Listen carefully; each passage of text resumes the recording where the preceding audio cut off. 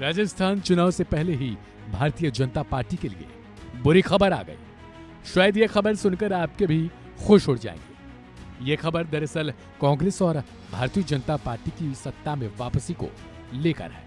एक तरफ कांग्रेस राजस्थान में दोबारा सत्ता हासिल करने के लिए जंग लड़ रही है, तो दूसरी ओर बीजेपी की ओर से सत्ता में 5 साल बाद वापसी की कवायद चल रही है। सवाल है कि कौन सी पार्टी सत्ता में वापसी करेगी, बीजेपी या फिर कांग्रेस।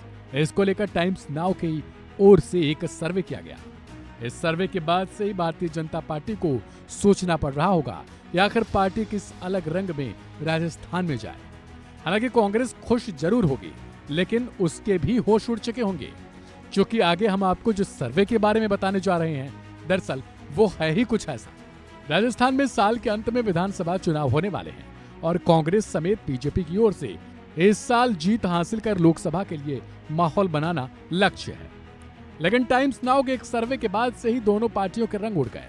दरअसल सर्वे में बीजेपी कांग्रेस से आगे जरूर देखी जा रही है, लेकिन पिछले कुछ हफ्ते पहले जब सर्वे हुआ था तब कांग्रेस बीजेपी से काफी पीछे थी, लेकिन अब आगे बढ़ रही है, जो बीजेपी के लिए बड़ी मुसीबत बनती दिख रही है।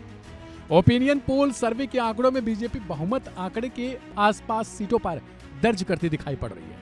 सर्वे के मुताबिक आगामी विधानसभा चुनाव में प्रदेश में सत्तारूढ़ कांग्रेस 91 से 101 सीटों पर जीत दर्ज कर सकती है।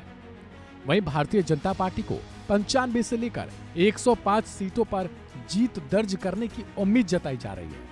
दोनों राष्ट्रीय पार्टियों के बीच राजस्थान में वोटिंग शेयर की बात करेंगे तो 0.6% का ही मामूली सा अंतर है। पिछले चुनाव के परिणामों पर नजर डालेंगे तो आपको मिलेगा कि अन्य पार्टियों निर्दलीय उम्मीदवारों की भूमिका सरकार बनाने में महत्वपूर्ण होगी। आगामी चुनाव में प्रदेश में 3 से 6 सीटों पर अन्य पार्टियां और निर्दलीय उम्मीदवारों की बात करें तो उनको भी इतने पर ही जीत मिल सकती है। इस दौरान उनका वोटिंग शेयर 15% के आसपास रहने के अनुमान है। बता दें कि यह ओपिनियन पोल क्षेत्रीय आंकड़ों के आधार पर निकाला गया है। हालांकि राज्य स्तर पर इसमें कुछ चेंजेस जरूर हो सकते हैं।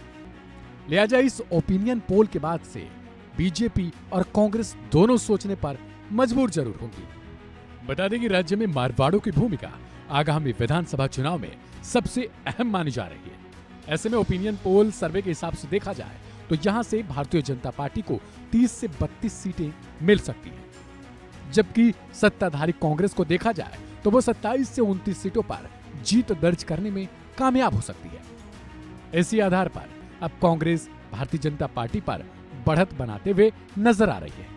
कांग्रेस को यहां से 28 से 30 सीटें मिलने के आसार हैं। वहीं दूसरी तरफ मुख्य विपक्षी बीजेपी को 27 से 29 सीटों पर ही जीत मिल सकती है।